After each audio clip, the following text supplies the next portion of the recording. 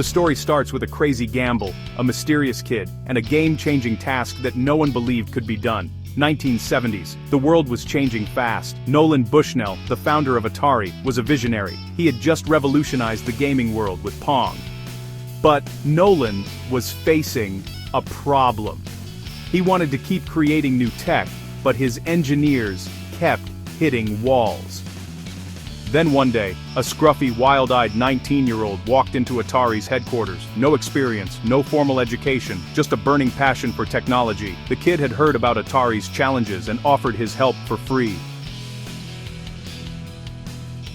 Bushnell, always intrigued by young talent, saw an opportunity. He gave the kid a task no one else could handle. Design a circuit board for our latest project and cut the parts by 50% and do it in just 4 days. It was an impossible task. Even the best engineers couldn't do it. Nolan watched as the kid smiled and said, "I'll be back in 4 days." Days passed, and no one heard from the kid. Engineers thought the task was too complicated, that the kid had no chance. 4 days later, Nolan received a phone call saying, "I'm done." At first, Nolan didn't believe it. He went to check the work himself, convinced it was a prank. But when Nolan saw the design, he was stunned. The circuit board wasn't just working, it was perfect.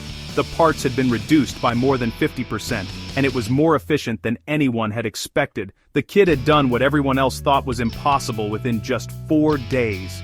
Nolan knew he'd found something special.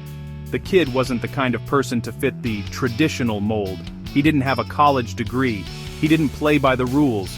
He was intense, obsessive, and not afraid to challenge authority. But Nolan Bushnell saw something else. A future leader, a relentless visionary who could change the world. Years later, this kid would go on to co-found Apple and change the entire tech industry. He is none other than Steve Jobs. But it all started with a random, unorthodox task at Atari, where Jobs proved that sometimes the most unconventional people make the biggest impact.